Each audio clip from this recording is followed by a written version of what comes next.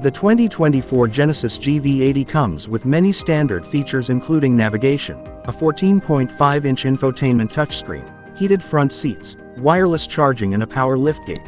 Engine choices start with a 300 horsepower 2.5-liter turbocharged 4-cylinder engine and increase to a 375 horsepower 3.5-liter twin-turbo V6. The new SUV feels athletic in corners and provides a composed ride.